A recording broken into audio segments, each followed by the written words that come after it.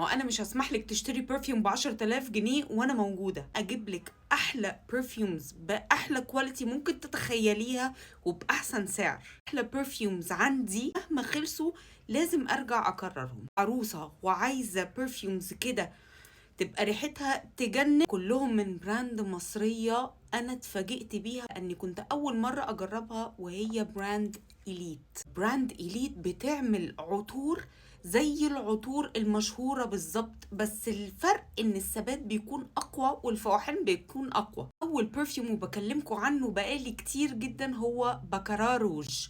ده يا جماعة نمبر 1، مهما خلص لازم ارجع اكرره. انا عايزاكي تبصي على جمال الباكجينج بتاعتهم وشكلها التحفة اللي هيكون على تسريحتك. تاني واحد مهما خلص لازم اكرره هو عطر خمرة، خطير يا بنات، لازم يكون عندك. تالت واحد يارا، انتي لو ما جربتيش يارا من عندهم يبقى ما جربتيش يارا اصلا، من اجمل العطور المشهوره جدا والترندنج لحد دلوقتي. الجوكر بتاعي بير فانيلا، انتي عباره عن قطعه كيك بتتحرك في البيت. هم عندهم different sizes، عندهم الازاز كبيره والازاز صغيره شويه عشان تشتري اللي انتي عايزاه. وما تنسوش ان عندهم المسك الابيض السعودي الاصلي، هاتيه من عندهم على ضمانتي. بجد كانت من المفاجآت بتاعتي السنة دي براند إليت، وبراند خطير.